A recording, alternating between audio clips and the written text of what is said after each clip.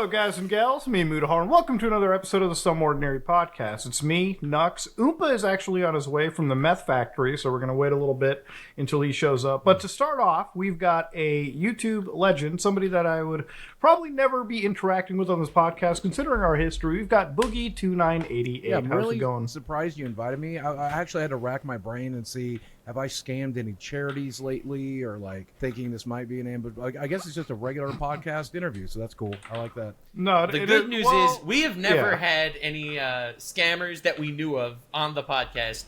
What before we actually figured out they were scammers. Yeah, I feel like we're. Oh yeah, we have Max and shit.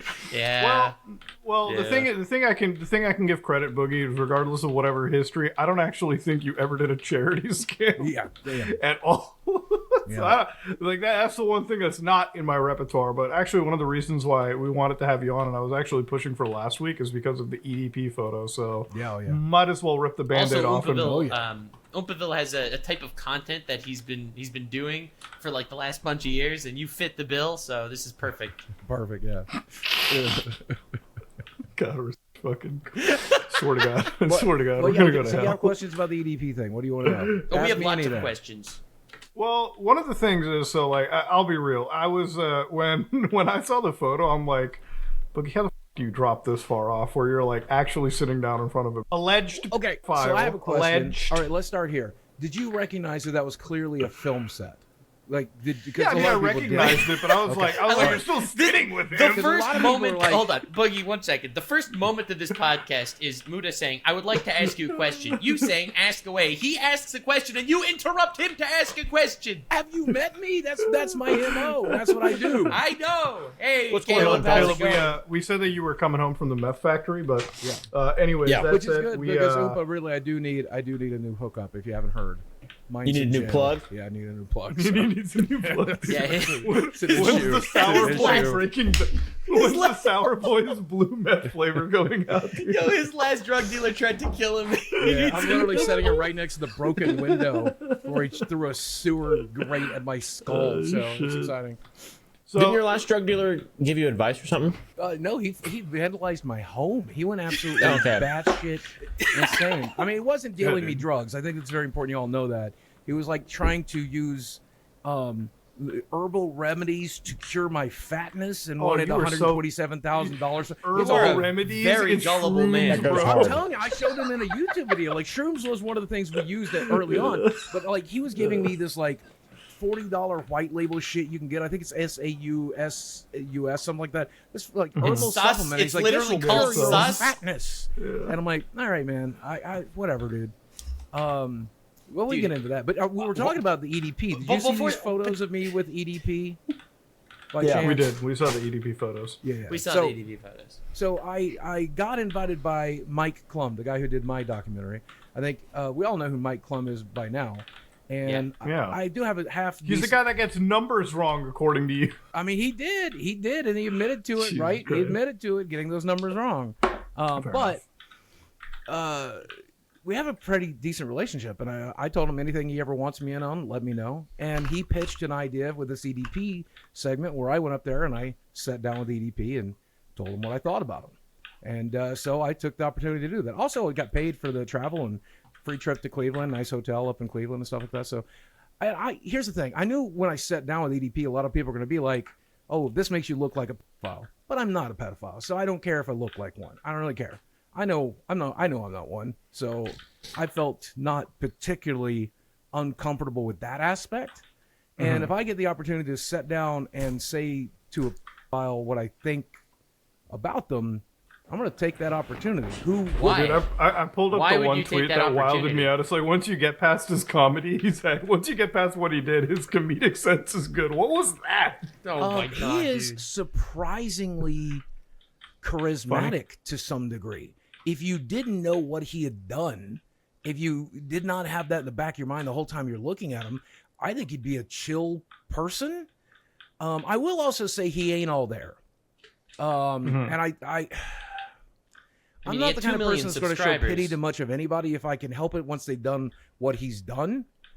And I'm trying to wait till all the full documentary's out and give a full evaluation and the whole nine. I'm going to do everything I can to like it's really hard to reserve any judgment, right? But at the end of the day, the guy is kind of like 8th grader intelligence level. Like he's clearly Well, not all there, what about man. reserving judgment or withholding judgment? Hasn't all this stuff already like happened? This documentary is not going to like prove that he is or is not a pedophile. I mean, yeah, he definitely. I think having had a conversation with a guy, I don't know that it's more that he was minor attracted or more that he just is a disgusting, depraved human being. I think Yeah, it's Does that having matter? also- Does that matter? Having also had a conversation with him, he's really stupid, yeah, he's and extremely he's a stupid. massive freak narcissist, like a lot of creators, specifically Minecraft YouTubers Oh, are. God, Seems we like. knew we were Minecraft going Dude, YouTubers, please, yeah. please tell me you're making a there yet. Minecraft video. Wait. I have too please. many Dude, questions. I don't like. If I make one, it'll be outdated in 1 minute. True. Takes me I like just 4 want to days. make one and say ask for consent. That's all. Jesus, bro. Damn. yeah. But no, continue ahead. Continue. Yeah, Yeah. Boogie. Yeah, So- but, I mean, there's not much else to say. I don't got- think people were criticizing you that you met up with EDP because that must mean you're a pedophile too. It's the giving No, him the some people time said of that. day. Though. People It's really the- did say that. Now, Okay, but I'm not talking about anonymous Twitter people that don't actually matter at all. Yeah, those I'm people are talking really about, stupid. I'm talking about people that actually would face repercussions if they call someone a pedophile, right? Yeah. Yeah. So, like, I don't think anyone there that actually has some sort of either online presence or something like that called you a pedophile for being seen with EDP. I mean, I'd I say- think people called it really weird. Like, it's a weird angle, Yeah. clout angle to take. It's like, you're literally going up against probably the most justifiable person to have beef with, you know, a pedophile, most Yep. hated type of person on the planet Yep. for good Yeah. reason. And go have beef with them. That's the entire goal. I mean, don't get me wrong. It is a Mike Clum production. So just like the job interview on my thing was kind of staged and kind of funny, meant to be comic relief. The comedy club bit was meant to be comic relief. Me and EDP did film something that will be comic relief. We did film a sketch before we got into the interview part. And I'm sure that will play poorly for me. If it even Probably. makes it the cut. Probably, yeah. Yeah. But obviously no spoilers there, NDAs and all that stuff. I want to maintain Yeah. a good relationship with Mike. But at the end of the day, I think the biggest argument that I saw against it is, why are you platforming EDP? And the answer is, I'm not. He's never going to be on my channel. I'm not promoting him. It's Mike Clum. You want to be mad at somebody, you should be mad at Mike. He's the one filming the documentary. And like, God, I love how he's like a friend, and you're just like it's like this guy, dude. if you're gonna send me hate, send I'm him saying hate that instead. If you want to be mad at somebody, be mad at the guy who's If this is a taking- punishable offense, putting kill this on that his guy. channel. My friend, by the way, good terms. Look, is Mudahar the kind of person that won't call one of his friends out on their shit? If you want to be mad at Mike for if you want to be mad at somebody for platforming EDP, you got to be mad at Mike, right? Don't Dude, be mad at you, me. I'm not wait, fucking. you just said Muda wouldn't be. He's the type of guy that would be mad at one of his friends if they did that shit. So you would be mad at Mike for platforming no, EDP. no, is no. what I you're don't saying. give a fuck what Mike is doing. In fact, I think based on the scenes that I know from what Mike has filmed, it's going to be an entertaining piece of work to begin with. But on top of that, I think the entire point of the documentary is to put EDP through the ringer, which is what the man deserves, right? What, So what I think more ringer could? Okay, you I you feel- said no, well, okay, so justice is from reserved, what I've right? from what I've had a discussion, the kind of stuff that could come out in this documentary, EDP's whatever legal counsel he has is not happy that this documentary even got filmed. Yeah, you probably shouldn't be. Like Yeah. it's like it is Damn. actually really bad for him. Yes. His Some brother of the stuff that is his Mike- legal counsel. Wait, Or well, his I mean, cousin hey, or some shit. okay, but like, hey, if you got an attorney's badge, it still counts, you know. But like, no, it's bad for it. It's going to be bad for ChatGPT. EDP regardless, right? Because apparently, from what I've heard, there's a lot of stuff that is coming out that is some of the statements that he's making is just it buries him even more, and it lines in what Boogie's saying is that he's like mentally like just not there. Yeah. And he never was, to be honest with you. But yeah, that's the I guess general sense that we're kind of going for with the EDP stuff. I don't personally care about the platforming side of things. Tons of scummy people get platformed. Yeah. However, just because somebody is on a channel doesn't necessarily mean that You're their supporting depiction him is going to or be it's not a positive depiction. I have platformed tons of scammers. Doesn't mean that I've sit down and I mean- say, yeah, go ahead. Can't The whole believe you platforming- platformed Jeffrey Epstein like that, Mudahar. Damn. Dude, Yeah, platforming is that's such true. just a nonsensical. It's like the quickest, easiest way to say something negative that most people will probably agree with, and also be on the side of like virtue. Yeah. It's like the Right. quickest, easiest way to just like say something and be like, oh, you shouldn't do You've that. platformed an evil man. Why is that bad? Exactly. Who cares? You've done it.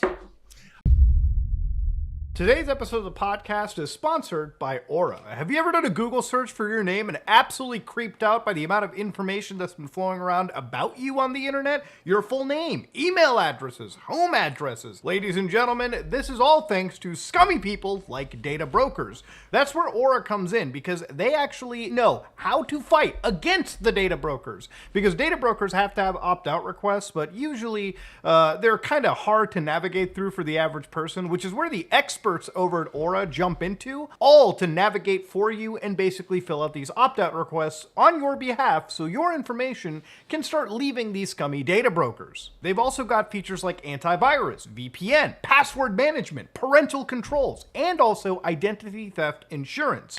And all of that without downloading multiple apps from the store. It's all in one convenient place and for a very, very competitive and overall great price. If protecting your privacy interests you as much as it does us, head on over to aura.com/someordinarypodcasts and start your 2 weeks free trial today.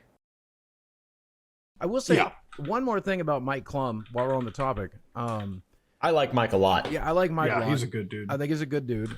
He is weird as shit, and that's coming from me. So I've known some real weirdos.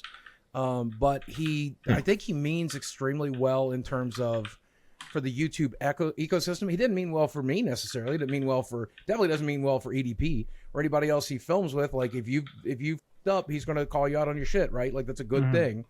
But for the YouTube ecosystem, I think Mike is very good for that. And the other thing is he's a bit of a perfectionist as well.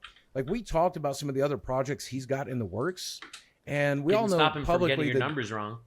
he definitely got some numbers wrong. I'm not gonna lie. But he like the DSP thing that fell apart. I'm hoping that one still works out.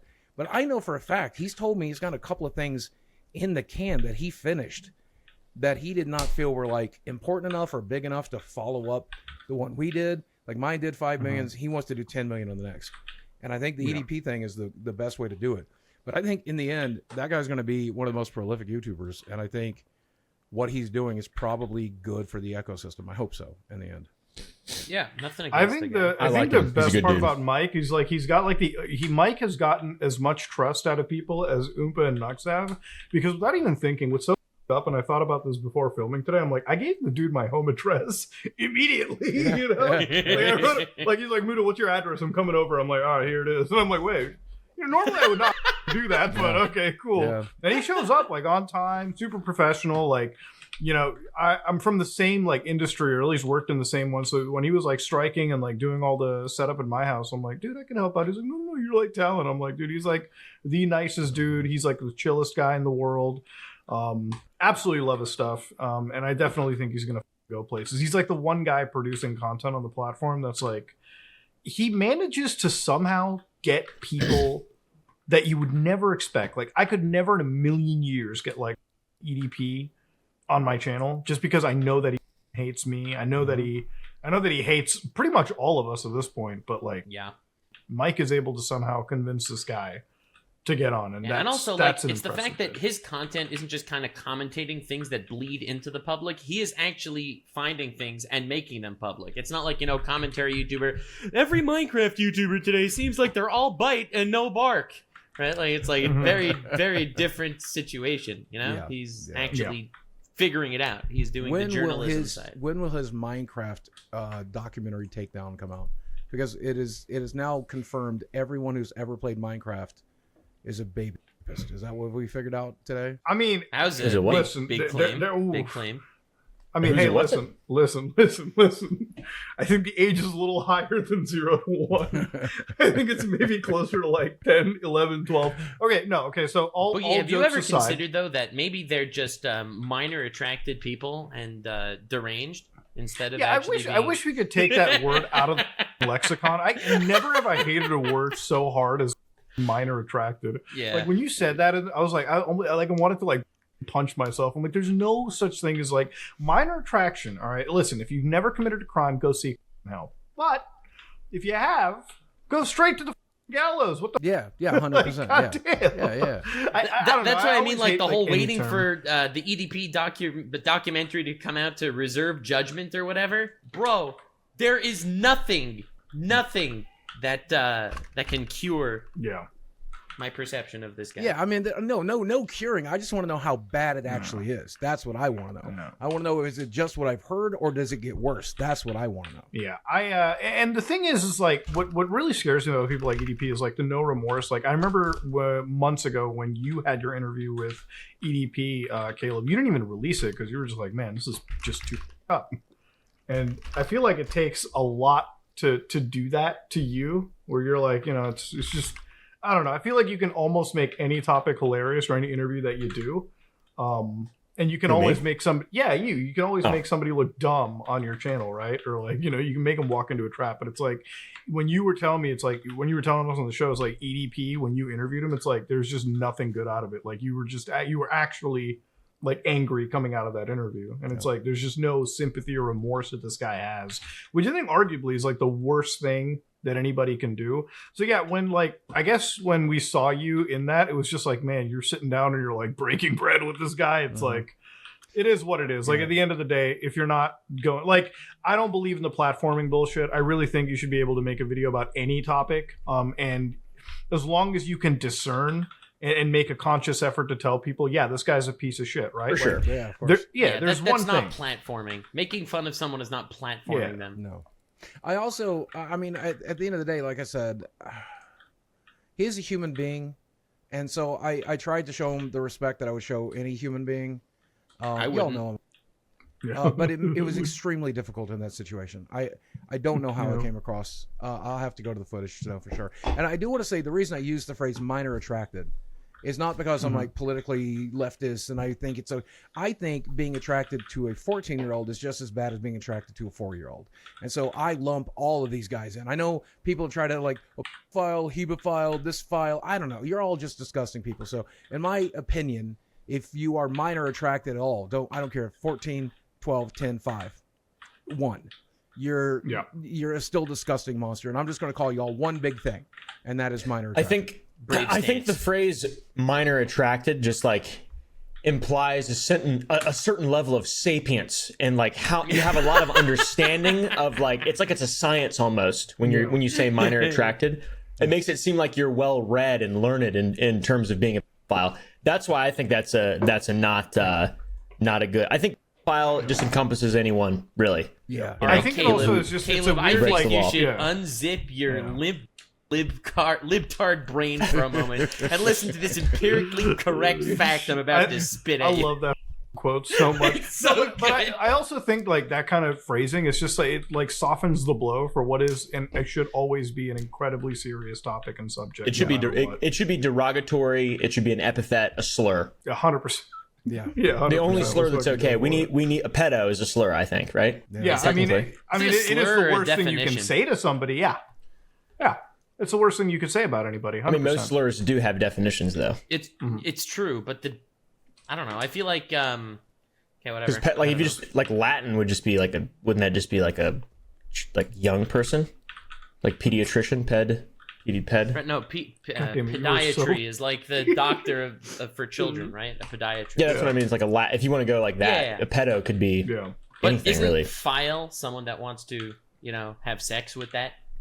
Right? A file is someone who has like not an obsession, but is attraction to that type of thing. Yeah, I suppose because there's audio files, there's all sorts of stuff. And audio files it's not sexual in any way. It's someone who likes. I'm an audiophile. I have a $1,700 headset. You like waves? Big waves, bro. Yeah, bro. No, but in all seriousness, like the whole EDP arc, it's come to. I don't know if after the Mike Clum stuff, anybody could make anything that tops that kind of nonsense. To It's be pretty honest, much if over the now. Mike Clum thing doesn't wind up with this guy in jail, like he has just cockroach luck, bro. dude, Like, it's just content, and dude, it's not going to change my opinion on him. I'll tell you where EDP is going to end up. That guy's Dead? going to end up in a morgue real soon. Is that a threat? No, I'm telling you, he is like, I'm dying. He's really dying. Well, didn't Gideon run into him at a dialysis clinic? Yeah. And that dude needs dialysis 3 days a week or he will die. He's on the kidney transplant list. He ain't going to get one. He needs to lose like 300 pounds to get on it. Holy shit! They need to execute this guy quick for it to mean something. And again, Mike, forgive me for saying this, but he came straight from dialysis to the shoot, and that dude would not stop bleeding. I don't know if they have him on a bunch of blood thinners or I don't know what else, but that dude was bleeding the whole time we filmed. From his anus. From the dialysis port or whatever. Oh. Yeah, I couldn't believe. Like, I'm like, this dude is not just dying soon. This dude's dying tonight. That's up, bro. Yeah. Holy shit. And still, he ate as much as McDonald's in the little scene. Like, obviously it was like 2 hours old, cold and nasty, right? But like Mike wants us to eat for the How much McDonald's did you eat? Let's be honest here. I took 2 or 3 bites of a cheeseburger for the bit, and then out of nervousness during the set down, I ate like 2 donuts and an apple pie. And he ate as much as I did, if not more. And holy shit! This documentary is just killing him. You're giving him all sorts of. That's the plan. That's the meta. When I get nervous, I feel like my stomach cuts off. Yeah. Like whenever I see people in movies, I watched Fury last night, and they were all yelling at each other, and they were still eating while they were upset with one another. Mm-hmm. I was just thinking of how I could never possibly eat in any sort of situation of duress or. Dude, I eat when I'm anxious. I eat when I'm sad. I eat when I'm mad. If I could eat while I was asleep, I'm pretty sure I would do it. Why? Is that like yeah? Well, I mean, I don't know. I don't know. Like you hungry or something? Eat a file. I definitely am hungry, man. I'm hungry all the time. Nice. It's miserable. No, but like at the end of the day, with the whole EDP stuff, with all of this shit, I'm glad you mentioned the whole like 3 days of dialysis, because that's one thing that Mike even mentioned to me. I'm like, when I found out about like all of it, I was like, that's just really bad. Like my uncle who passed away like years ago, he was on dialysis most of my life because of a kidney issue, and he wasn't even going through dialysis all that much, even in his age. It was like But and the thing is about like EDP, it's like from what I've heard, he's like so happy-go-lucky about a circumstance. He's like, I'll just end up getting a surgery later. I'm like, you don't really get to do it on the last day of your life, I mean, you never even know what the last day of your life looks like, right? Yeah, the severity of his situation, and again, I think this goes with what Oompa's saying. Like he's not all there, right? I said that too. The severity of his situation is clearly not there. I don't think he realizes this is his swan song. This Mike Clum documentary, he may not live to see it uploaded. Right. And I don't think he really understands that. And it, I mean, maybe that's for the best at the end of the day. Yeah. Karma. You can't hurt anybody else when you're in a pine box. So. Well, moving on from like the EDP side of things, let's move to people that are a little interested in an older demographic. The Minecraft YouTubers currently that have been trending for the last, I would say, week and a half. I want to be just like brutally up there. Yeah, something like that. The Wilbur stuff started, I think, before we recorded the last episode. Did you guys see that? What they said about Wilbur's room? Wait, what did they say about him? Somebody said some shit. I've read it. I have not kept up with any of this, by the way. But every single day I see more, and I'm like, all right, this makes sense. And Wilbur apparently, according to this, I don't even need to say allegedly because it equates to him having a messy room. But someone who was with him at some point said that his bathroom would stink, and he would like spill stuff on the ground and not clean it up ever. Like he was the most messy person that this person had ever been with. Which I thought was hilarious for some reason. Wait, YouTuber doesn't clean up their house? But like to like a pigsty level, to like literally leaving stuff spilled on the ground. Does not play Minecraft. Let's go. Yeah. Dude, what's really wild? It's like the amount of people that I know in this YouTube space that are like the most filthiest people on the planet. I just don't understand it. Like, I've never truly understood that. It's like, I think all of us keep our houses relatively clean, right? Yeah. I got shit around. If your house is dirtier than mine, that's surprising to me. And like the worst case is like I'm a huge Asmongold fan, and every time I see photos of his house, it really creeps me out. And that's saying something because I grew up in like a roach infested rat hole. So it's I don't know what I don't understand. Like you can afford a cleaner. You have somebody come in and fix your It's shit. like there's this one Roblox Right? YouTuber or streamer, and they're just like the filthiest pig I've ever seen. Yeah, I saw that guy. I made a video about him. Yeah. Dude. And I don't understand how you can get that filthy. Like, if I have something out of place in my house, like, I don't even know if I have like OCD or whatever. Like, I don't know if there's like a diagnosis you can get for that, but it's just like usually with me and stuff like that, anytime something is like a little bit up in my house, it's just like I feel absolutely shit about it. So when I don't know, I've never found, like, I love playing video games. I really do. I think most of us here love video games, but it's like I've never had video games ever consume my level of like cleanliness away from me. That's just weird. No. I mean, like, it's pretty apparent if you look behind me. I don't mind stuff being junked up. I don't mind having a stack of magic cards on a table that sits there for a month. I don't care. That's fine.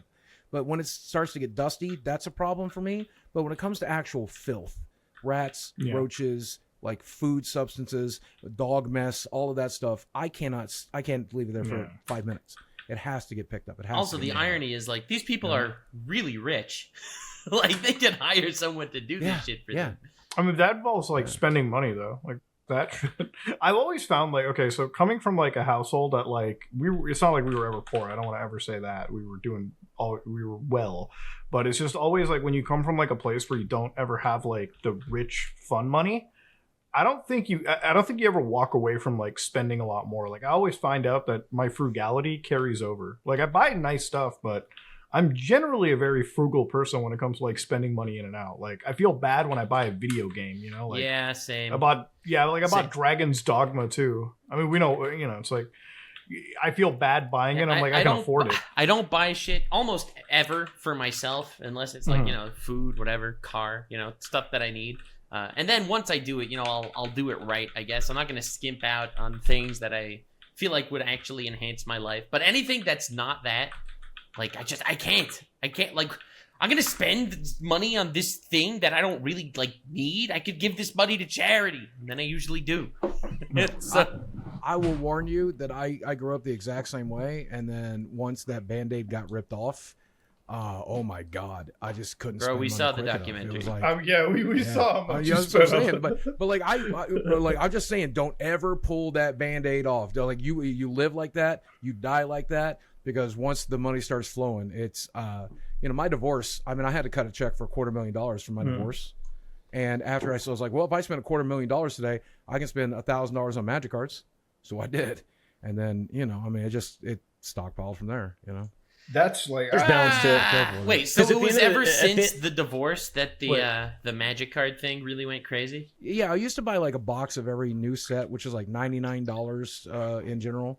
And then I did some unboxings prior to that, so I would buy a little bit more when I was unboxing it and making the money back. But like the whole hooker thing, the whole traveling thing, all of that money was after I had to cut that check for $250,000. I'm like, you know what?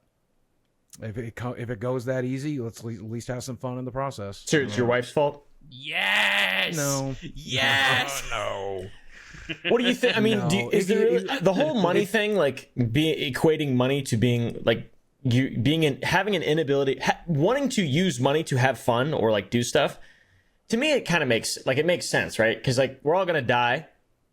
You can't like hook up a wagon with all your cash in it when you die. You can't like go. So it doesn't really, money just doesn't really matter at all to me. So that's one thing that I've always had trouble like caring about, I guess. When especially when people, because I'm not like bad with money necessarily. I do buy stuff that I enjoy, but I also am doing quite well because I make also, you know, for every stupid decision that I make multiple, I would hope that would benefit me at some point in the long run, or I take risks to benefit myself in the long run. But like when people, you're a successful gambler, bro. what's that? You're a successful gambler, bro. I'm a good gambler. I gamble, but not with like slots and shit, but with like employees. No, I mean, I'm the same way too. Like, I have the same belief that you just said, like, but like you die, you don't really carry your bank account. Who cares, with you. dude? Yeah, like for me, what I usually do with money is I just like reinvest it, and it's like I have money for like my brother, and like I spend money on like family mostly. Yeah, because it's like schooling or something. That's it. I see it as after the bills are paid and after after I'm not going to hurt myself or anyone around me, because I do employ a lot of people that I love. So like a majority of my financial responsibility comes from that. that rationale, I want to continue to pay the people that I am paying because I like them being around, and their lives are important. So I don't just blow all my money. But like, if I have 10 grand and I could put it into a 401k or buy something that I could have a lot of fun with my friends and family with, I'm every single time of that 10 if I get the choice, which is also why I have a CFO now. Every time I get the choice, I'm going to not care about having an additional 10,000, 10 numbers go up in my bank account. Like, it doesn't, I don't really care. Yeah, I mean, it's a balancing act, right? Like, as long as you have safety and security, once you're beyond that point, like you said, once the bills are paid, once you know you're going to be safe and you can take care of yourself and your loved ones, right? Like, at that point, have a little fun. I feel like if I have children, my mind would probably change as well. Yeah. Yeah. I don't know. For me, I don't like acting frugally. I just don't like what that does to people. It's in my blood. What could I say?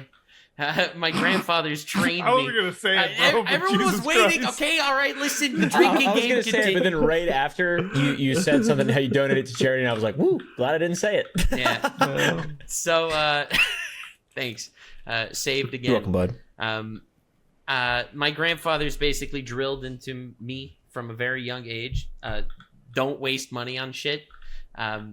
His big thing was it was a little thing called the Holocaust. It was crazy. And he survived, which is pretty pog how that happened, honestly. I don't know. Does the Holocaust add like plus 500 to your financial stats or something? Like, I'm just saying, you got to be a mad lad to walk out of there alive. I like that. That makes sense if it's like it's like a times, like, oh, I was alive in the Great Depression type thing. My great grandmother was like that, to where like she didn't spend any money at all on anything ever. Yeah, but. Yeah. Just like professionally, the worst people I've ever met are people who like money. honestly, true. oh, like what do you mean like like? That's like it. My grandfather obsessed does with like money. money. Okay. All right, so Like they obsessed with it. My go-to example. So he ended up in America with nothing, right? Nothing, not even a family. His whole family was wiped out in the Holocaust. Okay, so he basically got there alone, and he made something of himself. Like right now, he's almost 100 years old. He's well off. He has a bunch of grandkids. Like, pretty honestly, like he's like the most inspiring person in my life, probably. And he says, I didn't waste money. That's why I have what I have. And he came to America with nothing. It's not like he blew up in some crypto shit, right? Like, he just worked his ass off and he made something of himself. And it's just very I can't inspiring. wait for like years down the road when somebody's grandpa is going to be a degenerate crypto boss or something. Oh God, it's gonna happen. Like, where's your family's source of wealth? It's like the Kennedys can say, like, oh yeah, we were bootleggers. One guy's like, yeah, my great grandpa just bought a shit ton of Bitcoin. Fucking played it big. I can only wait for that story to come out. Yeah. I know a bunch of crypto losers. I only know one crypto winner. Was that you? So Before Yes. you cashed out? yes, definitely me. I'm multi-billionaire, as we all No, know. I mean, like, what was the whole like crypto? So, like, your finances were a big point of contention. I feel like when it comes to like a lot of people that dislike you, they like always look into like, your financial history and everything about that. So it's like, I guess it's best to get your record out clean. It's like, what was like your best crypto like payday? Like, what was that kind of like for you? So after the divorce, I had about $250,000 left in my name and liquid cash, right? Yeah. And After McJuggernuggets tax? Nuggets came to me and he's like, he's like, look, there's no reason not to put the money in there. Look, I made a ton of money off crypto. You can do it too. And he talked me into it with the agreement that if I lost all my money, he'd give it back to me. Wait, Jesse Like said a that? written Yeah. agreement or? No, just handshake thing. Oh. Oh, okay. So in other words, Um, that's bullshit. and I'm like, because all right, no I'll put one's my- that good of a friend. Okay. Yeah. I'll All put right. my $250,000 in. Let's see what happens. And for a while, I lost a ton. We bought in at like 300. It went down to like 80 for a while. And What'd I you just guys buy? sat on it. Do what? What'd you guys Ethereum. buy out of there? Ethereum? That was Okay. yeah. And so eventually Ethereum went up. And then I joined, this was 2020. I joined this Crypto Bros text chat with like him, and I think Lance Stewart is in there, kid behind the camera is in there, and Jesse was talking money moves. So to this day, if I had just held on to my Ethereum, I'd probably be worth over $1 You'd be million. set. Yeah. Yeah. But Shit, they're if like, you bought Bitcoin right now, the high that it's at, oof. yeah. Yeah. But they're like, let's get into this thing called storage. Let's get into this thing called uni. Let's make some, short moves. Let's diversify our portfolios. Yeah, right. Yeah, that's cool. And so Those are the people I don't like. Dude, I ended up trying diversifying specifically crypto. It's specifically crypto. It's like the most degenerate asset. And again, keep in mind, I'm not blaming anybody. Like, obviously, I had to hit the buy button. I would blame the guy But- that said that he promised you your money back. And I mean, I'd blame you more, honestly, because like, Yeah, you're- obviously, I had to hit the buy button. Yeah, right. yeah. It's, I take full responsibility. And Jesse's not, unless we signed a contract, Jesse's not responsible for shit. And I bet tomorrow if I hit Jesse up and I'm like, dude, I can't make mortgage. Can you help? I bet he would. Right. Fortunately, I'm not there. Thank God. And that's even after the falling out me and Jesse had over the whole trans friend shit of his, Emily, and all that stuff. So, but is there like a story that we were supposed to know? Because you just said that like there's a really short version. He had a cameraman who came out as trans Emily, and Emily like accused him of being like transphobic and like awful to her. And Emily's like, can you count on me for this? And I'm like, yes. And then during the interviews, Jesse, basically pointed out a bunch of shit that Emily did that made Emily look very, very bad. And Jesse's like, why didn't you come to me first? And I'm like, I probably really should have. That was a stupid thing to do. I probably shouldn't have just listened to Emily. So at one point, we invested in, I think, storage or uni. And I went from like the $200,000 I had at the moment, it went up to like right at 800,000. Of course, capital gains tax and everything else would have been considerably less, but it was like 850,000.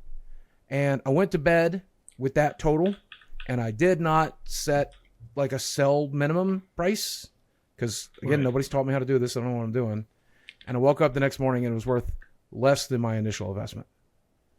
Yeah. And I'm like, okay, I just lost my ass today. So, I mean, yes, $800,000 is a ridiculous amount of money, and it sucks that I lost it, and it sucks that I don't have it. But like Mudahar pointed out the last time we talked about this, realistically, I'm only out my initial seed money. And I think people always vastly overestimated what we old school YouTubers made.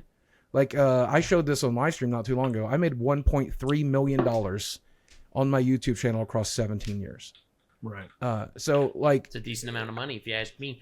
But it is. The point, it comes out to like $80,000 a year, which is blessed, that right? Like, that's amazing. That you'll say something that like opens you up to criticism, and then you'll immediately start the next sentence so quickly that like oh yeah, you have to teach us how to do that. Interrupt me at any point. Well, I mean, I think the $1.3 million is like, I mean, it's a. No, I was even going like further back when you said that. So I basically didn't lose anything in crypto, and then you immediately started the next sentence with people overestimating how much YouTubers make. Well, I mean, how much? Don't give people the opportunity to mention the fact that hit me. It was really free. weird that you made like a whole video talking about how you lost everything through crypto when in actuality you just lost the seed money. Like that's a little bad faith. Well, that was my everything. The reason I said it's my everything is because it was my everything. That other than the house, which I'm currently still living in. He's saying his seed money was all the money he had in the whole world. Yeah, right. That's everything I owned. You see. Yeah. His seed. Do you guys think that? Do you guys think that? I do think so. Yeah. 17 years. Did you have another job? No, it's just straight up YouTuber. I was on disability when I created my YouTube channel. Okay. Right, how much was that? $800 a month, minus $100 for Medicare, so $700 a month, give or take. Okay. Yeah. Interesting. Yeah, I grew up dirt poor, and a lot of people forget this. I was technically homeless in the town I now have a home in. In '99, I moved in with my brother. Him and I had a huge falling out. Private, personal reasons. I won't like throw my brother under the bus, but I had to get the hell out of there and had nowhere to go. And so my best friend who lives with me now, he gave me a place to sleep. Sometimes I couldn't always get in there because it was a dorm room. You had to have an ID card and stuff, but I was able to keep my shit there, which is nice. And I was able to sleep inside that dorm, and sometimes I'd sneak into other dorms. Sometimes I would sleep in computer labs and stuff at the university.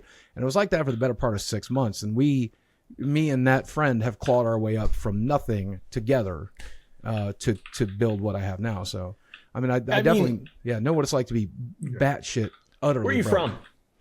Southwest Virginia originally, but I've lived in Arkansas since '95. More like Arkansas. Okay. Where? What part of West Virginia? Blacksburg? Wise, Virginia, right outside Wise. of Wise. Originally St. Paul, and then I moved to Pound. And like, you want to talk about poverty? Like, Oh, yeah. yeah. I'm from it's Virginia as well. Yeah, what And part? like Gore, Winchester. It's like as Oh, yeah. far north and west as you can get, basically. Yeah. That's what I was gonna say. Is like your whole thing is funny to me because like you're on the internet, so it's different. Obviously, you've had a lot of exposure to the internet. But if you took pretty much 40% of the adult men that work in trades that I knew, some of them eventually went on disability, and you gave them a YouTube channel, this is the same thing that would happen. This is like the exact same thing that would happen. Just because they don't, like, you don't know. You don't, like, you're not just magically born with an ability to know what to do with everything, especially things that, you know, being a YouTuber and I'm not making excuses for you, by the way. No, of course I'm not. just there's saying no this excuse, makes sense. But yeah. There's no excuse this for the can stupid happen. shit This I've is a done, thing but that this can might be happen. the reason it happened. I often say that, right? Like, I'll explain why I do the stupid shit I do, or the stupid mistakes I've made, like what my reasoning at the time was, but it's never an excuse, right? Like, I fired a gun in the air. I might have had all the reason in the world to fire a gun in the air. Doesn't matter. Still had to plead guilty. Still had to become a felon, right? Like, So I know what I was going. I'll tell you what was going through my head, but it's not an excuse. It's not a justification. It's just why I did it, you know. But yeah, so I get what you're saying there. Yeah. I mean, I've never, like, one of the things that I always like to even talk about is, like, I came from no financial knowledge at all. You know, I came as an immigrant to this country, so I had, like, no idea of, like, investments or financial knowledge. So when I got even a touch of money, and I'm talking money that, like, you know, disposable money, you know, money that you could chuck away and forget about, that's when the first thing I did was I started, you know, to talk with finance managers and, like, actually learn how to, like, grow wealth and everything. And even when I was making really good money, a lot of that was, like, my lifestyle would never reflect it, because I would always, like, try to seek the security first and then, like, you know, worry about the fun stuff afterwards. Like, I get what Caleb says, like, you know, you don't get to go away with your money, but it's like I would always worry about, like, not ever being in a situation where I have to think about it. Like, I don't ever want to be a billionaire in my life. Like, I think that's a insane amount of money. Yeah. And it's not something that I think could ever appeal for me. But I also don't ever want to be in a situation where I have to think about the day to day, right? Like, that's a scary thought. And I think if you've ever lived it, I think most people can understand. It's like the security is what you aim for. Yeah. I've been back there now for about a year. And it's nowhere near as bad as I thought it was. And I definitely have it infinitely better than most people. Like, I still live in a very nice home. I can afford my health insurance. I can afford to eat out sometimes. Like, I probably eat out way more than I should, Caleb Hammer, right? But at the end of the day, like, it sucks. It sucks. You know, and I empathize with anybody. If I had to do it over again, I would have focused on my security more than anything. But I said this the last time you and I had a conversation. Like, dead people don't cash in their 401ks, right? I wasn't planning to live to 65. I wasn't planning to live to 50. I don't know how the hell I'm still here. Are you planning to live to it now, though? Because you've got a significant other. You've got a life now that I think is worth fighting for. Here's the coolest thing I'll say on this podcast. I wish I had bought more Magic cards. Really? Yeah, because we're currently cataloging them, and we've cataloged $30,000 worth, and I feel like this is going to be a very nice saving grace. Now, admittedly, by the time I'm done with the collection, 100K is probably what I'm estimating, and you won't sell it for that, right? Not even close. I'll probably get 50 out of that 100, and then somebody else will piecemeal it on TCG Player and get 25 additional more. Maybe I'll be the one that puts it on TCG Player. But I'm in a pretty fortunate situation where, like, I wish I'd spent more money on Magic cards, because that's going to be what saved my ass. I'm really happy about it. It's not ironic. crypto. It's just like a different type of NFT. No, but the funny thing is about your investment in Magic cards, it's like, it was a terrible investment by any metrics. It was just, at least it's something tangible. It's not like extra food. Right, you couldn't disappeared. disappear on my phone while I slept. Yeah, you couldn't consume that. Right, exactly. Yeah. Just to be clear too, my what I was saying about my approach to money, I'm not saying it's the right approach. Just to be clear, I think that it's not. I don't think that that's a very, like, if everyone thought that way, there would be probably total anarchy. So if I had to do it over again, and based on what I hear you guys saying today, I think this is what your advice would even be, is I think you take care of your security first, right? And then when you have enough money to where you know you're going to be okay, you got the nest egg, you got the investments, hell, your 401k is full, you know you'll be able to retire at 65. Then if you want to buy the fancy car with the extra money, right? I still Then don't if you think want to start should buy taking the people out fancy to car. dinner. Fancy cars are so overrated. Oh, you're stupid. Yeah. Well, I think that's bad. Yeah, I think the fancy car, like that's just purely your own. If you want to do that, that's fancy that's car completely is cool. ego. Yeah. It's like I cringe. literally couldn't even own a fancy car if I wanted to, just because the height me the most. Dude, Matt Pat just his career just ended, and he ends his last video getting into like this shitty old car and driving away, and I was like, that is so awesome. Like that is so awesome. I remember the first like fancy vehicle I ever actually bought was like from my dad, because he would always like we would always like have the used stuff for a while. So I was like, oh, here you go. Even like the fancy car, like I was out in San Antonio, and like I was out with the Unsubscribed boys, and I sat in like Eli's like McLaren and everything. It was a nice car, but like every time I sat in it, I'm like, bro, my feet are like up against the glove box. I think cars are a terrible I don't think people should buy cars like if they want to be smart, but I like them. I think it's one of those things that falls into the category of just like, I enjoy the way that it makes me feel when I do it, and it's not going to hurt me unless I drive really fast, obviously, and kill myself. Then it absolutely could. But it's not like a drug. It's not like it's not like I'm it's not like it goes away after. It's not like a hooker where you for an hour. Right. Yeah. Yeah, I mean, they maintain it like, and if you're smart, you can buy cars and they can maintain value. I mean, I've essentially up traded one of the new Broncos. I pre-ordered, bought it for the normal price, traded it in for a GTR, and then traded a GTR in for a Raptor R, and like. I did that with an old Model S. I bought it during like pre-COVID. I bought an old Model S, and it appreciated in value like. That's crazy. 40 grand, and then I sold it back and bought the new S with the differential. I was like, all right. There was like 3 months where Broncos were going for like 115 grand, and it's a $50,000 car. Yeah. You were telling me, but that was insane. I was crazy. And same thing with like those cyber trucks now too. Like I was thinking of getting a cyber truck for like the range day that's coming up. You should get one, Boogie. Yeah, well, the whole Tesla thing, a lot of people don't know what my plan was with that Tesla.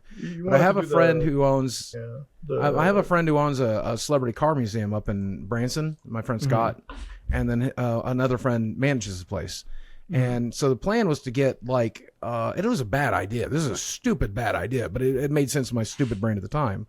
But we were going to kit the Model X with the wing doors out to look like a modern day DeLorean. Get it silver wrapped and get like the Mr. Fusion on it and the stupid flux capacitor, and like take that to conventions, because I was already getting paid to go to conventions. And so I thought, well, if I had a show car, it could add a little extra bang to the budget. And they told me like we could get that up for you for under $20,000, because it was a stupid financial decision. I was never going to make the money back. Yeah, but you would have made some money back. Well, I ended up just not buying the car. Okay, that's even better. Yeah, that was way smarter. So it's funny we're having this discussion. I just bought a Tesla. Oh yeah, yeah. You bought one? That's like the ultimate douchebag YouTuber car. Yeah, I needed a douchebag car. It's been... you nuts. I would never got dead driving one of those electric jet all right, dude. I've seen you watching hentai on your Tesla. Okay, get out of here. Yeah. I would get one, but I don't. There's like, it's just not feasible. Everywhere I go, I got to drive 3 hours, no matter what. Yep. Yeah, that's true. Bro, you'd be surprised how long that bitch can go on a 3-hour charge. I went all the way to like Buffalo and beyond, then I like came back and I'm like, oh, I still like 38% left. Yeah, let's go. Your range anxiety dies real quick once you drive one of those cars. Yeah, I was the one time that I realized I took a road trip with McJuggernuggets, and we had to set at a Target for 45 minutes for him to fill his car. It was like a mall, but it had a Target in it. It was like a 2-story Target. We had to walk around this mall for 45 minutes. I'm like, this is absolutely not how I want to travel. I'm so glad I did not purchase this car. Has it gotten faster to charge him, I wonder? It takes like 25-ish minutes, 20 minutes if you're going from like the emergency, like 10%. You got to plug this up to like 80%. Anybody that sets it beyond 80. Who decided to name Buffalo?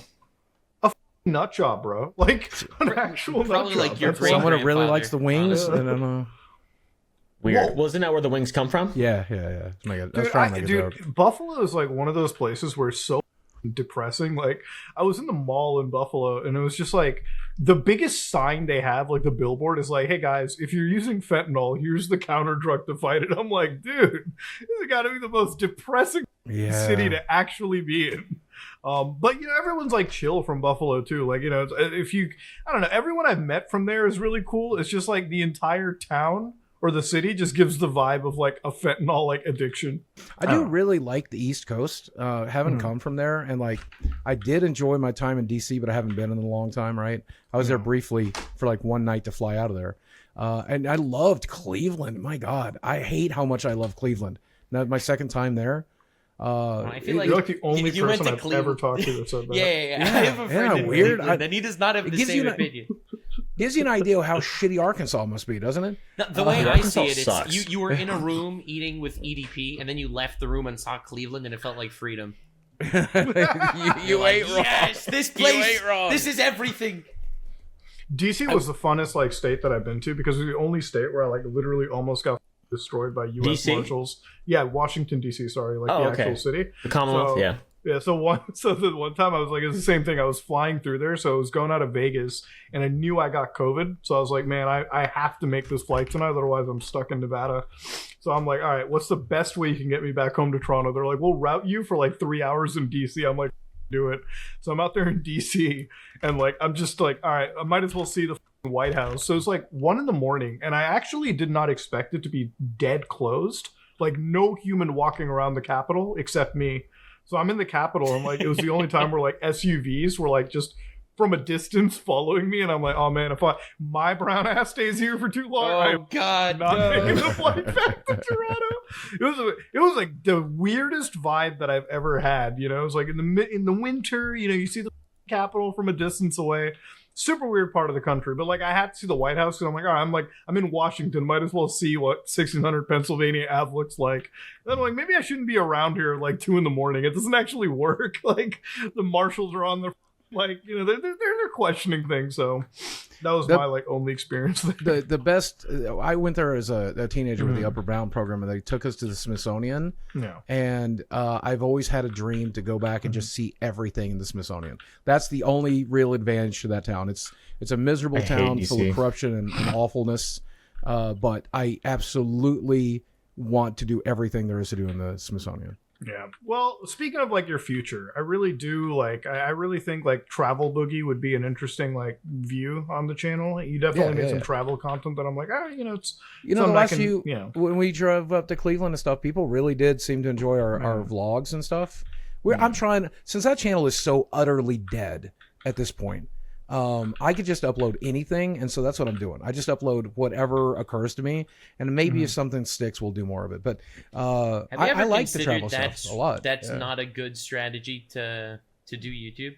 Well, yeah, it's probably a bad plan, but it's how I've always done it for 17 years, and it was successful once. Maybe it'll be successful now. But things have changed over the last 17 years. Yeah. Like YouTube is very different right now. I'm hoping I'll stumble across something the algorithm will like. Right, and if it does, then I'll stick to that. Does that make sense? But as it is right now, nothing breaks 20K views. But you know what the algorithm would like. Tell me, the Nuts, algorithm likes relevant things. It likes drama. It likes even, your life to some extent. Mike Clum got 5 million views off your ass. Okay. Like, I don't know. You could do something. Well, brainstorm. You described most of what I upload. If that's mostly what I upload. I upload little fragments of my life, and I do some commentary, which does just as well as the rest of it. But the videos that have done well over the last 30 days has been us just going out and exploring the world. I think a lot of people are really fascinated with the fact that I'm dating a 21-year-old girl. So I guess that's part of it. Yeah, it's tough to bring that whole topic up, but go ahead. It's like, how's that like kind of when you'll get married? Yeah, it'll probably be a couple years before we get married. I do think I might ask her in the next year or so. But it's one of those things where I don't want to ruin the rest of her life, and I don't want to ruin my life, so I've got to take it very slow. Her parents are on board, which is nice. What do you mean ruin your life? Well, I mean, like, what if the marriage doesn't work out and it sucks? I don't want to spend the last few years of my remaining life going through a divorce, right? Like, it's not fun for anybody. Divorces aren't fun for anybody. You got to make sure before you pop the question. Yeah. Definitely take your time on something like that, I think. And even though her parents are on board, and even though she's on board, and I'm pretty much on board, I want to take it slow for her. Bro, how do you get the parents on board? Yeah, I was about like to that? ask. That's scary. That's like a. I think me It learning was how to very defuse scary. It was bombs very is easier. scary. Please tell me you presented yourself better than you did in the freaking job interview. Hey, I did God. porn. I'm dying yeah, in 6 of months. course. Can I marry your daughter? Yeah. You know, her mom said to me, and I talk to her mom all the time now, but her mom said to me, she's happy and that's all that really matters. She says, I've never seen her happy. She's never been happy in the 20 years I know her. Mm-hmm. She's happy as a pig in shit right now. Don't f it up, Steve. That's basically what her mom told me. And I'm like, you got it. I'm going to f it up. She likes our, you know, she likes our home. She's getting better. She's working with, you know, becoming like a more well-rounded person because she has her share of trauma growing up. And so she is at 21 where I was at 21. And I thought this was an opportunity to be the person I needed, right? I had my friend, my roommate, Chad. He stepped in, helped me get my shit together. So I thought I could maybe help step in and help this person get their shit together. And so we're doing the therapy thing. We're doing the self-help thing. We're doing the YouTube videos that talk about the problems she's been through. And she's journaling and she's doing the work that she needs to do to become a healthier, better person. And I give her a place to do that. And I'm really happy about that.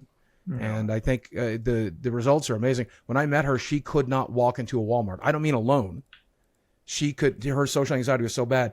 3 minutes in a Walmart was like being on fire for her. Just the other day, she went to Walmart by herself for the first time. Well, speaking of therapy stuff, one of the interesting therapists that you had recently was Flaming Star, baby. Druggy McDrugs. Yeah. Yeah. So I want to just start fresh from the beginning, like rip Band-Aid off. Yeah. How did this Flaming Star crackhead threw a brick through your window nonsense start? Yeah. Hold on a minute. So I'll try to give you the briefest version. He has been no, go verbose. Like I want to know. Okay. Book of Genesis here. So he's been in Northwest Arkansas for a long time, and we have a mutual friend who owns a gaming store called Gear Gaming, my friend Glenn Whitman. And Glenn is like, hey, man, I know you've had interest in psychedelics with PTSD and stuff like that in the past. I know a guy. And this guy has been ever present in Northwest Arkansas, I think, for a long time. I did know his brother back in the day, Daniel. He played Magic, and his brother was a really interesting person. Referred to himself as plural pronouns for some reason. Like 2007, he's like, yeah, well, we don't have a very good deck. I'm like, who the f is we? You got a mouse in your pocket, Daniel? But again, looking back on it, they might have also been experimenting with psychedelics back then too. But this guy had been writing me in 2018, 2019, wrote me on Facebook. I can fix you. Let me fix you. And I wrote him back and I'm like, how? He's like, I do psychedelic therapy. I'm a healer. I can do whatever. And I'm like, that sounds like bullshit. That sounds like snake oil. Please stay the f away from me. But it's like Smart Boogie kicked in for a minute. Right. Well, I started doing the research. And if you look, there's a documentary I recommend to everybody. It's on Netflix called How to Change Your Mind. But you can also just Google this. Psychedelics help people with PTSD. Psychedelics help people with depression. Psychedelics, ketamine therapy is very common right now in the United States. That's the breakout version of it. But eventually we will be doing mushrooms combined with traditional therapy, LSD combined with traditional therapy. And the more I leaned into that, the more I looked into it. And I have a friend, I don't want to dox them, but they cured their heroin addiction through ketamine therapy. The problem is ketamine therapy is pretty expensive, and notably, I haven't had much money since about 2020, right? So this guy kept hitting me up, and he started wearing me down. And when Mike Clum is in the area, he's like, what else that we haven't shot? Is there anything else you can think of that would be interesting for the doc? I said, there's a shaman who wants to take me out of the woods and give me mushrooms. And Mike's like, let's fucking do that. That sounds amazing. So Mike's like, let's just do some drug use today. Yeah. I mean, it's good content. Right, yeah. And I was down. Like, obviously, I was down for anything in that documentary, right? Like, Why? You know, in my mind, I'm like, this is my painting Andy a Kaufman picture moment. of Let's you. troll everybody. Let's show myself at the worst. Let's try to burn this shit down and start over. That was my thought process. Maybe that's EDP's thought process, Didn't you realize too. that this is like your one shot, the final story into your life that the world will see? Like, Yeah, why but I mean, would it's not you like Mike was become here. worse? Mike wasn't here to film a fluff piece. Like, if I wanted him to make me look good in But that you thing, said he was you just wouldn't gonna even walk do out. this stuff yourself, right? You said you only did this because let's troll, let's burn it to the ground, right?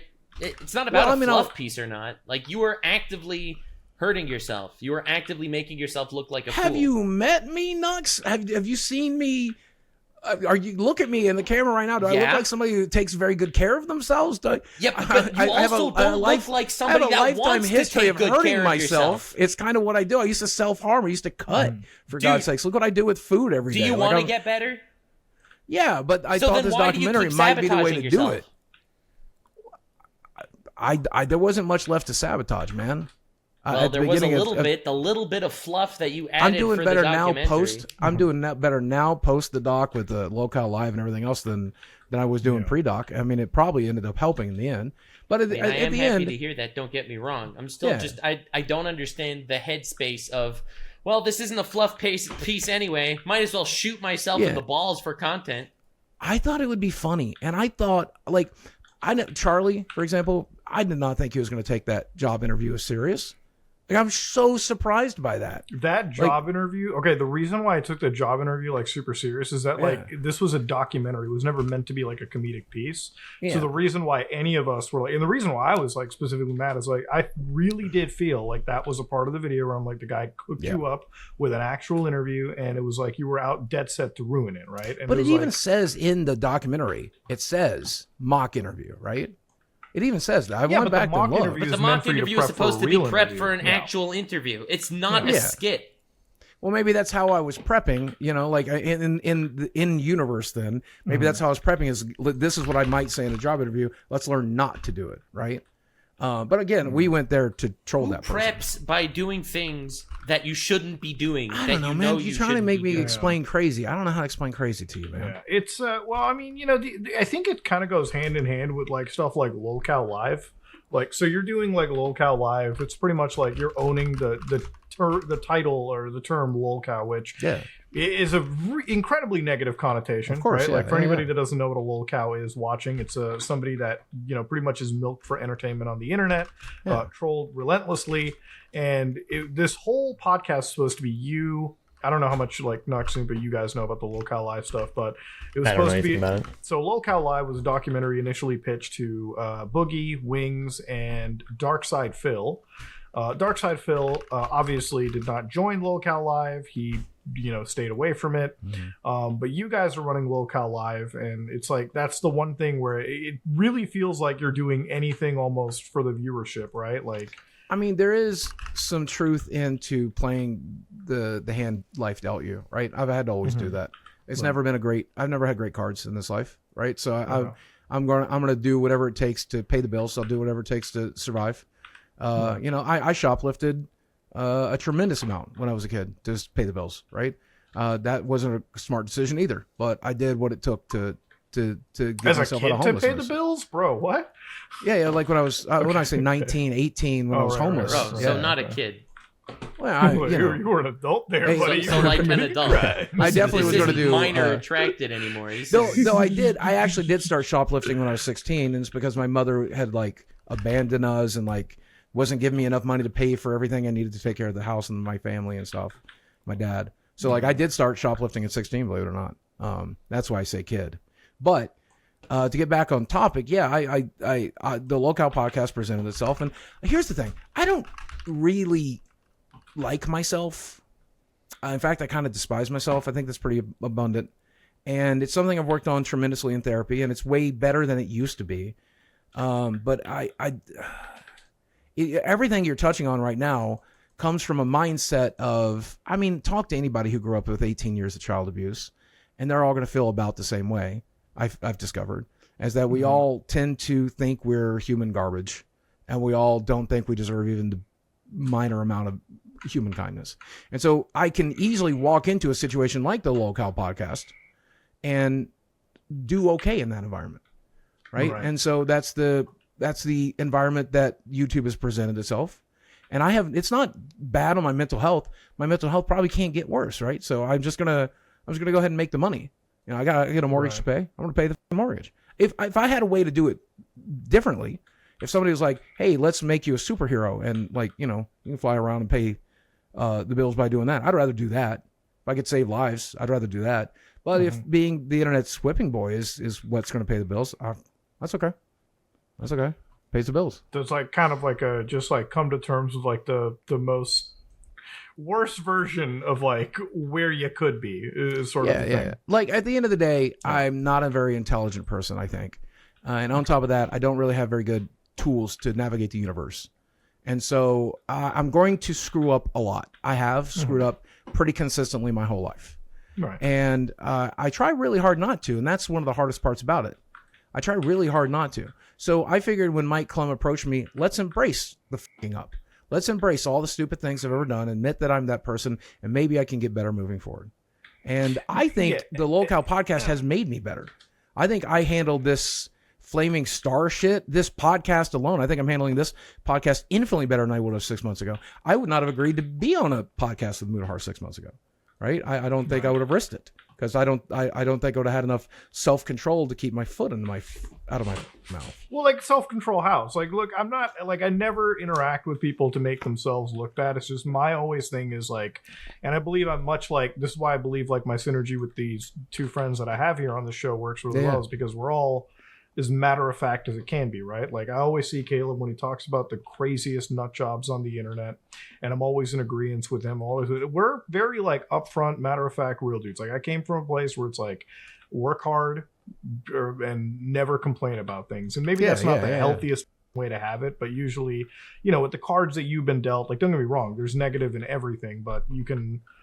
I don't know. I feel like in a lot of ways you've been given a lot of like that. The documentary. It's like I know that you want to play a character and everything, but it's like there's no reason to absolutely burn whatever remaining goodwill. Like there's nothing that came out. The documentary wasn't getting made either way, and it probably might have been smarter for me to tell Mike no. But it did play out positively, and I dreamt of it playing out positively. I thought, this is my thought process. Number one, it was my chance to play the character and be the person the internet thinks that I am and just really dig in on it. And maybe, just maybe, it would be big enough to where people give it a fucking rest. Like the things I've done, have I done anything like EDP? Not even fucking close. I'm not even as bad as your best Minecraft YouTuber. So at the end of the day, like I'm an idiot. But I've not harmed other people. I mostly just harmed myself. And I felt like if we put this podcast out there, people would see it, I'll admit to it, and maybe they'll move on. And yeah, that meant leaning into what the internet believes about me more than what's real. But I was okay doing that. And who cares? Let's have fun with it. I don't know. Right? In my experience with the internet, anytime a fool that people get views making fun of does something stupid, it's just going to make more people make fun of them. I don't think leaning into being an idiot. It's like if EDP just leaned into more kids, maybe people would forget he was a pedophile. Like that's the logic. That's the logic that it seems like you're kind of using. Well, I also had Keemstar in my ear since 2019, and he's like, "Look, Boogie, you've turned heel whether you like it or not. You got to play the character. Like either do you want to be irrelevant?" Or do you want to let people shit all over you? Because those are your options. I feel like your next step logically, it's like if this is the route you want to take, you should start doing Kick. You know, like it almost sounds like you want to be the Kick streamer archetype. You know, Desi has mentioned like OnlyFans is an option, and that would really piss people off. Kick again, doing crazy shit there. How are you going to look at her parents if you start doing OnlyFans? It would only be cosplay. It would only be cosplay. It would be just enough. I mean, her mom was. Like her mom danced back in the day, you know, like, you know, I think her mom would understand, but hopefully we'll never have to do anything like that. And I'm adamant against her ever showing her body to a stranger under any circumstance. Like that will haunt you for the rest of your life. Please don't do that. Please don't do that. But like cosplay or whatever, we did like a Jabba the Hutt Slave Leia cosplay. That'd be funny, right? We talked about doing more outrageous stunts, but I kind of would like to give that a rest. I kind of just like enjoying being myself right now. I'm still figuring out who myself is, but like I've tried to be entirely myself on this podcast today, and I don't know. I think it's probably not very entertaining, but it feels good to me. You came on our podcast trying not to be entertaining. Wow, man. Wow. I don't know. Maybe the real me is entertaining, but I think I don't know. I just wanted to talk. I'm a huge fan of you, Oompaville. I just wanted to hang out with you today a little bit. I didn't even know you were going to be here, but now that once you're here, you guys. Yeah, come to and actually with the whole Lolcow podcast thing, I'm starting to like Mudahar more and more. I think he's learning to tolerate me, so that's good. And Oompa, please come on the Lolcow podcast. We'd love to have you there. Come make fun of me and Jordy for an hour. It'd be amazing. Never been. Let's do it. But it's like even that. It's like I don't know how much okay, making fun of like anybody. It's not like what I wake up for in the day. No, trust me. I wish I didn't have like. Okay, actually, that's a lie. I love Kick.com. Like, this is where it's kind of going. Dude, I love Kick. Man. Dude, it's like crazy. Yeah, it's like all right. Listen, the best for if you're watching this and you guys want to be a commentary YouTuber and you want to buy a Lamborghini in the next 4 months, cover Kick.com. Like. Craziest money print, infinite money glitch, GTA money glitch, right? Yeah. Because Kick.com guys, dude, they are insane. Like, I really feel like you kind of, in a way, take the heat off of you because there are out right now on Kick who are literally selling like pornography on Discord servers. Allegedly, of course. You know, I don't want to. Allegedly. Yeah, allegedly. Very loose alleged. I don't know. Yeah, very loose alleged. I saw 2 drunk streamers playing with a handgun on Twitch. Yeah, did you see that? Yeah, I saw the one clip where like they stuck it in the girl's mouth. I don't know if that was a real gun. God, I hope not. Because I think Brandon Herrera, he even commented on it. He's like, the way the slide was, like, it didn't seem like it was a real gun. I said that as well on Twitter. Yeah, regardless if it was a real gun or not, that's like the worst thing you could do on camera, right? Like, put a gun in. DB gun right here. I mean, did you hear that story? Did you hear that story? A TikToker actually killed another TikToker. Like, didn't realize the gun was loaded and shot her like a cosplayer and killed her. But you didn't hear this story? Oh, no. Was it the Desert Eagle? Because I know what you're talking about. It was like they fired a deagle and it like actually went. No. They had like a book or something. I remember a story of like people putting like stacks of books to see how much a Desert Eagle could penetrate, and they were stupid enough to do it like this. And if you ever fired a Desert Eagle, you know, that caliber, it will go through books and kill you. No, I'm and even talking if it doesn't, about... your ribcage is... Yeah, no, it's cosplayer... Yandere cosplayer. Oh, that's awesome. Yandere cosplayer was charged with manslaughter for shooting her friend on TikTok. Yeah, that's insane. I mean, like, it's just a lot of, like, I think the social media side of things, it's like we've gotten a long ways from, like, Francis jumping into a pool to, like, you know, let's set up candid cameras without consent and like record this for live streams. I mean, back in the day, the internet was really harmless, right? Like, and people, I felt like most people were in on the joke, right? Like, I knew Waffle Pones was fake, right? He shoved a remote up his ass. Nobody actually does that. I knew that, like, Tourette's guy, the Psycho Dad, all that stuff, but that's not satisfying anymore. People want real blood. They want to see actual suffering. It's really fascinating where the internet's gotten to. I feel like people always wanted to see suffering. It's just finally people started monetizing it. Yeah. Well, like, even with the Kick stuff, it's like I'm surprised, like, when I'm watching like stuff on a phone, like through an actual like official application. It used to be like you have to go to Live Leak for this shit, but now we're like at the cusp of like watching near snuff media. Bro, there's porn on every smart TV in America now. You just open up Twitch. Okay. Honest to God, we're getting to like a point. But like even with like some of these Kick people, it's like I know me and you have covered like Johnny Somali. Have you seen like his update? Like he has no remorse for like the country of Japan. Like he could still legally be fucked going back, or even still is. Yeah, dude, I hate Johnny Somali. Yeah, I don't. He's think probably my least favorite content creator. I don't think there's anything. You know, the most wholesome thing I've seen, and this is like as much like I have against Ice Poseidon as like crypto ways. There was like a clip where it was like Ice Poseidon's throwing plates at people and it was just him with like the Apple Vision AR headset just like memeing around. I'm like, that might be the most wholesome IRL shit that I've seen in a long time in a sea of like just people being degenerate scumbags. Like it wasn't a while ago, it was less than a year that we had like Suspenders getting his ass handed to him at every single Japanese like subway terminal. Could it just be like a racist piece of shit the whole time? And I guess that's where like at least this one brand of the internet is. Like, I see Trainwrecks kind of talking about it, Aiden Ross even, right? Where they're like, shit, what the did we unleash on the internet even? Like, there are moments where they're even looking at what they've done. And I don't want to sound like I'm throwing Kick under the bus. Like, I feel like, you know, for every bad Kick streamer I see, there's like plenty of people that just play video games and are just normal. It's just the site's TOS. That's right. Go to kick.com/Nuxanor. Catch my premium content. Yeah, like premium content. Yeah, it's like Nux is reacting to like snuff media on the internet. Yeah. No, but I don't know. The whole side of IRL live streaming is pretty wild. But you know, to see you kind of come back with like a Lolcow podcast. I mean, like the reason I mentioned Kick and a lot of that stuff is like I feel like if your goal is relevancy, right? Like your goal is to be there, then I think it's just time to take away the entire Mr. Rogers Act and just be like a supervillain of the internet. I think that like if the I don't know, internet man. wants I you don't to be a feel like villain, that's good advice. Oh god, No. dude. I mean, This he's is the not guy wrong. prone He's to not self-harm. wrong. Like if You I wanna wanted to open him like up to more self-implode to criticism. pay the f***ing bills, Yeah. he's not wrong, right? bro, he's not going to take good. I've given Boogie plenty of good advice. He's not going to take it. So take my bad advice. Yeah, because yeah. I'll tell you right Here's now, the that'll thing. work. But, so one thing that like really bothers me, it's when people seem to always want help, but they're not willing to help themselves. And Yeah. that Yeah. you, And I'm you, definitely like, that guy. You Like, look I like you are that admit guy, that, yeah. and it's Yeah. it's really difficult for me. Like, obviously, you never did anything as evil as these Minecraft guys that are getting exposed 10 a day. Or I mean, at the end of the day, it'll always come down to the most obvious advice anyone can give me, and there will always be correct to give it, which is you got to stop being a fat piece of shit. And it's something I've worked on, and nobody ever really understands that. I don't know.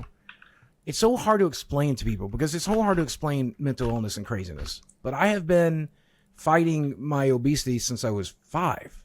And, I definitely had the wrong help early on. Like my mom admitted when I was 25, she fed me wrong on purpose to make me as fat as she could make me in the hopes I wouldn't meet a woman and leave her. Right.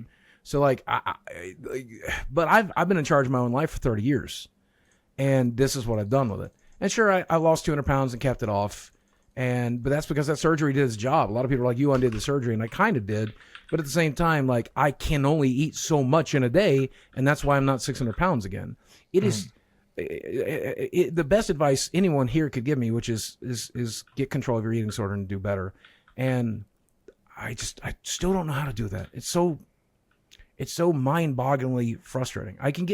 Most other things I've been able to accomplish. Like I built a YouTube business, right, out of my bedroom. I once cared very, very much about that and spent a lot of time working very hard to do it. And I live streamed 7 nights a week, and I feel like you should just comment on 90s internet degeneracy. Like one of your oldest like things was like you being like a porn webmaster back in the day. Oh yeah. I want to just see that, Boogie. Like I want to just like at this point, I think what really hurt your career was the constant need to be accepted and to be nice. Like as somebody on the internet, I have agreed and like come to peace where it's like I will constantly get into like I'm never going to be 100% like lovable guy. Like it's just never going to happen. That's like, specifically what the Lolcow podcast has given me. But go ahead. Yeah, go ahead. Like even recently with like investigating into this couple stuff, which I'm not going to dig into until like, the time I release this video.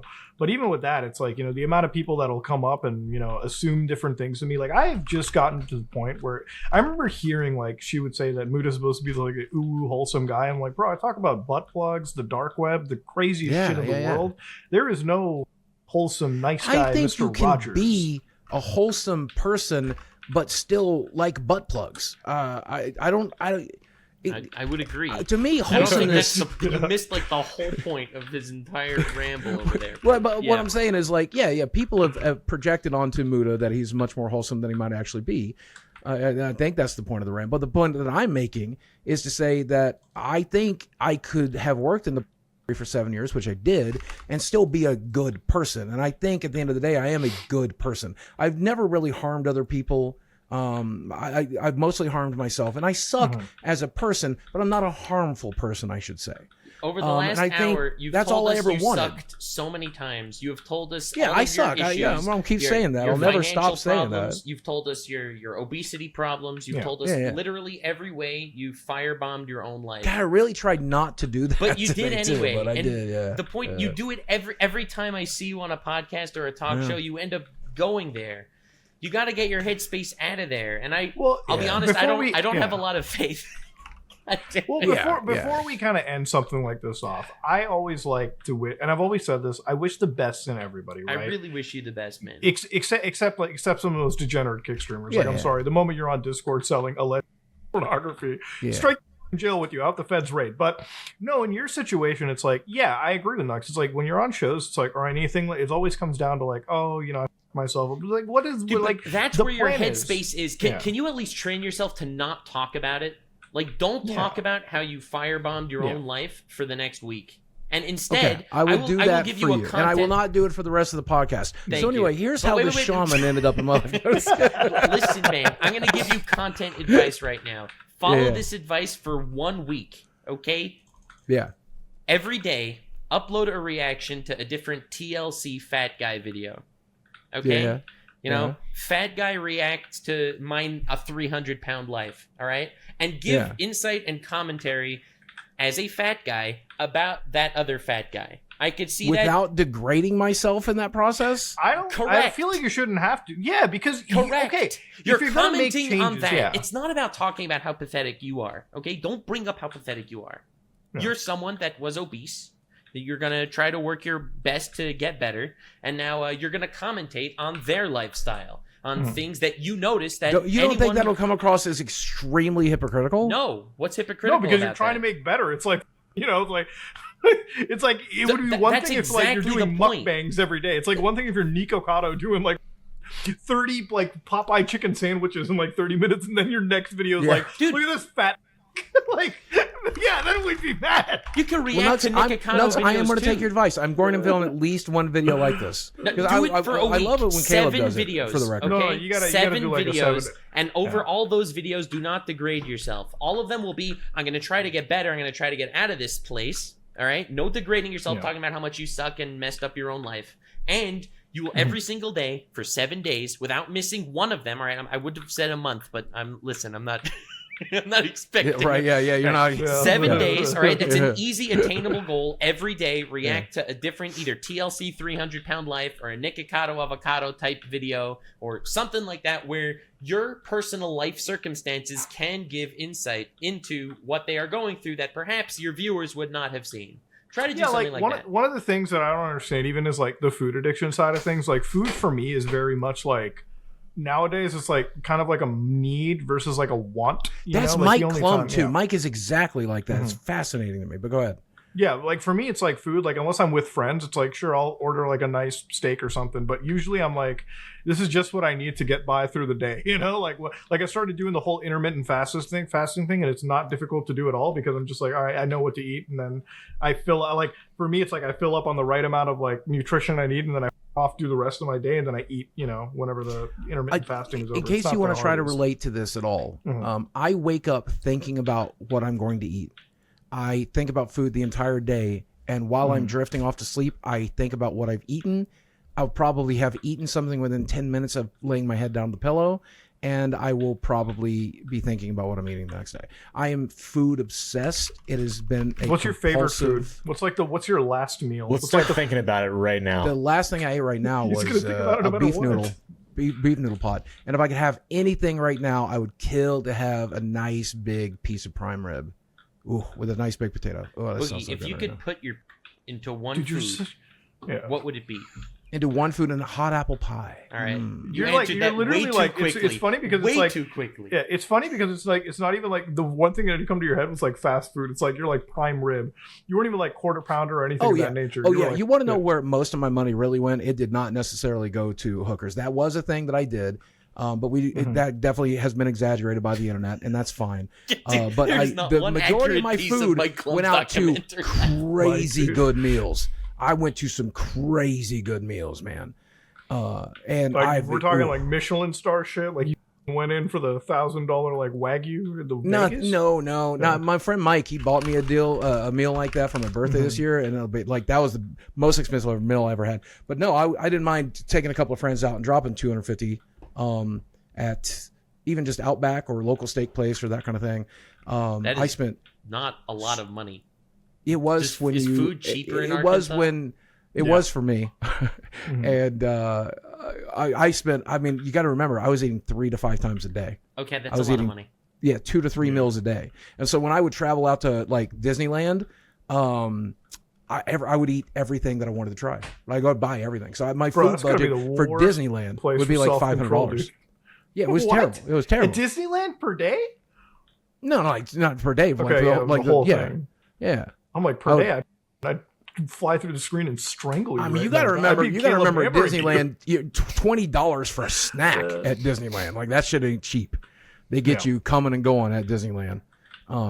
But then on top of that, man, like the sushi restaurants and one of my dumbest things is I like to treat other people. And so like, I don't like to eat alone if I can help it. I'd rather be with a friend.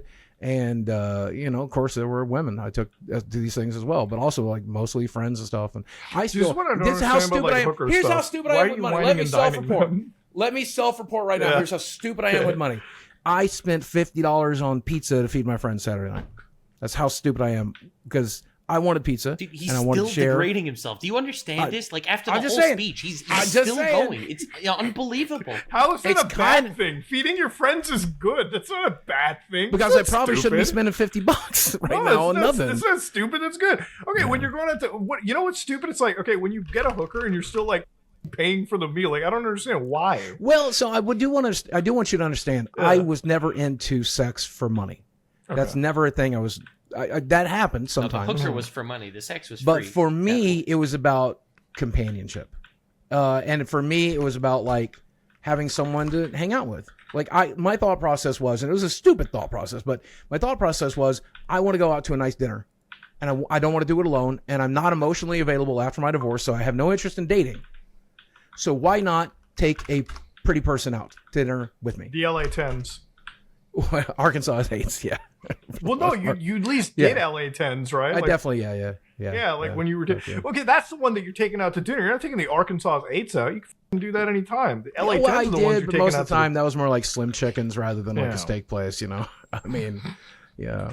Fair enough. And at the end of the day, like the worst thing you can say about me about all of that is I definitely paid for a lot of people's car notes, and I definitely paid for a lot of college books and stuff like that. So, you know, I'm in a college town. There's a lot of the people that I met were just trying to pay their way through college, and I try to console myself with that. While he's degrading himself, like this is new territory. Yeah. It's like you get the hookers, and then you're like, well, at least, see, it went to a good cause. Like it went to at least it went to a good cause. You know, like in the documentary, I did get one girl to go back to nursing school, right? You know. You're like, I'm like Arkansas's Department of Education single-handedly subsidizing post-secondary school. I will. Can I give some advice to every parent out there in the world? My best advice to you. About hookers. Go ahead. Yeah. If you want your daughter to never do anything salacious, okay, pay your daughter's car note.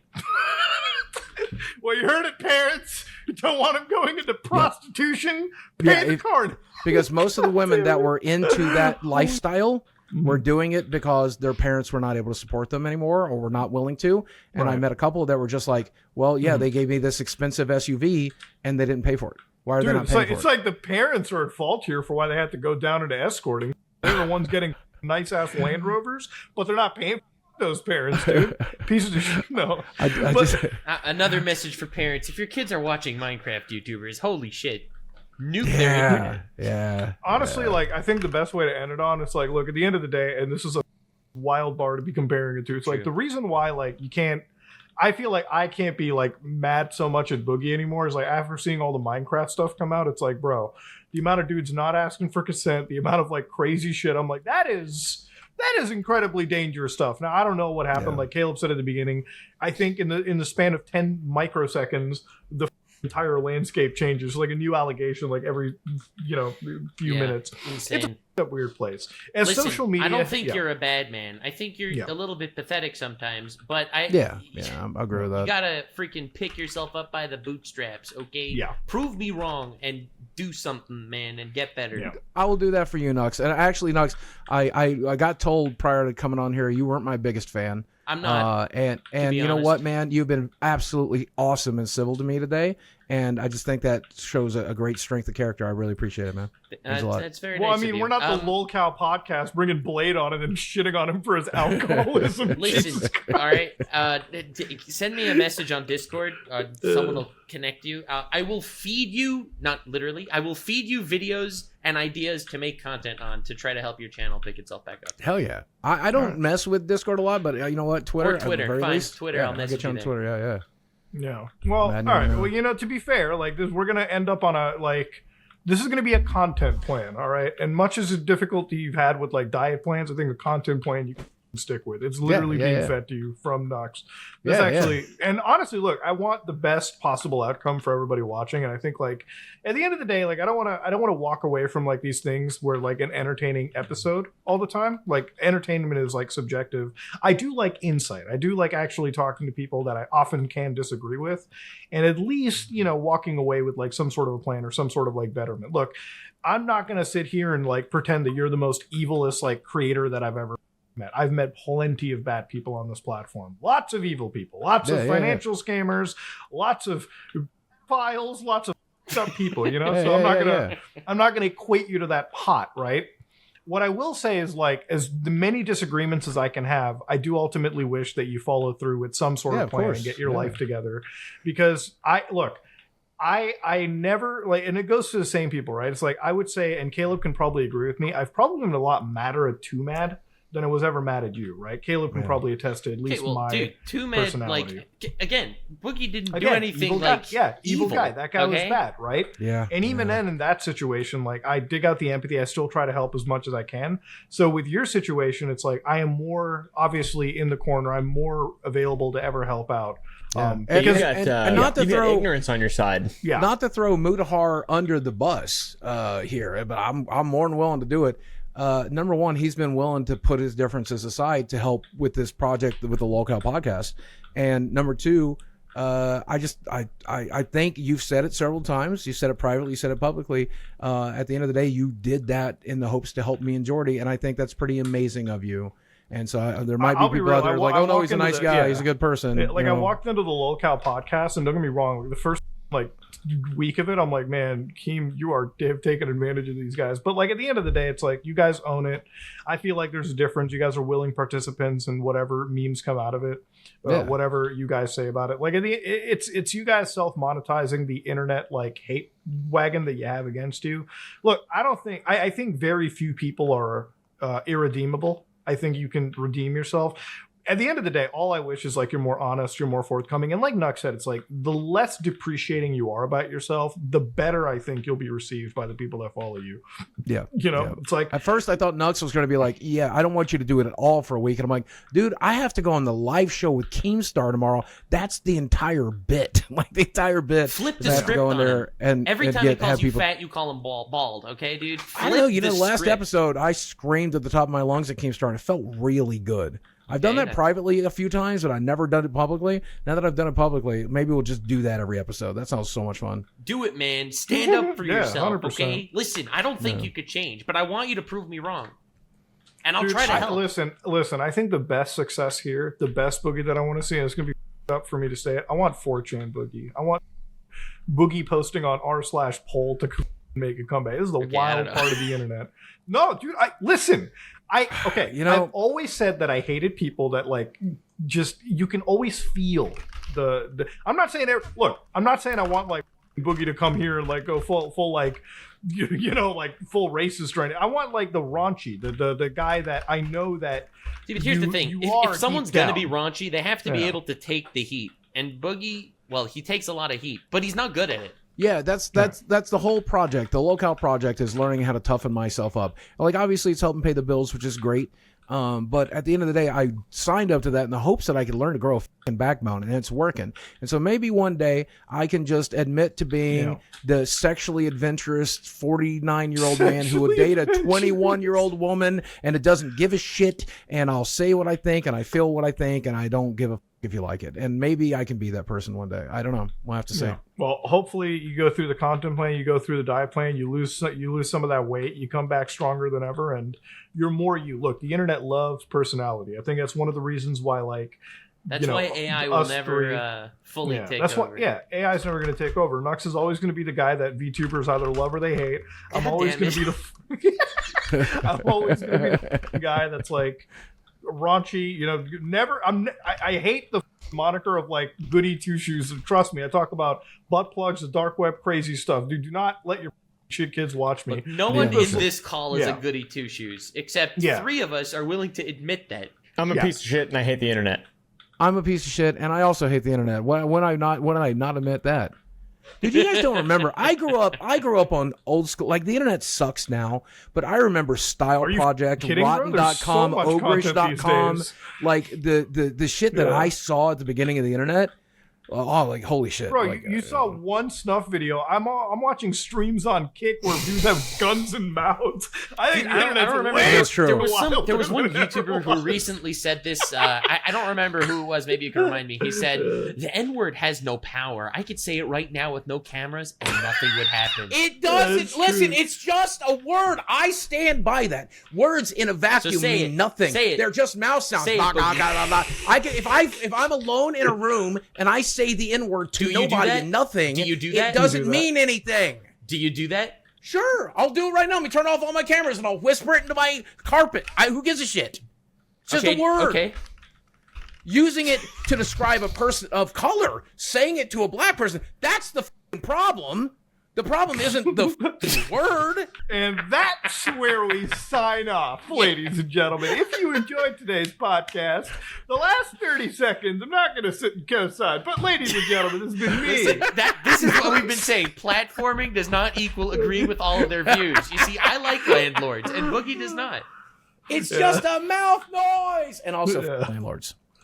All right, Hell well, yeah, you right know, there. we're gonna end it off over here, ladies and gentlemen. This is me, Mudahar, Nux, Mudahar, Nux, and Superville.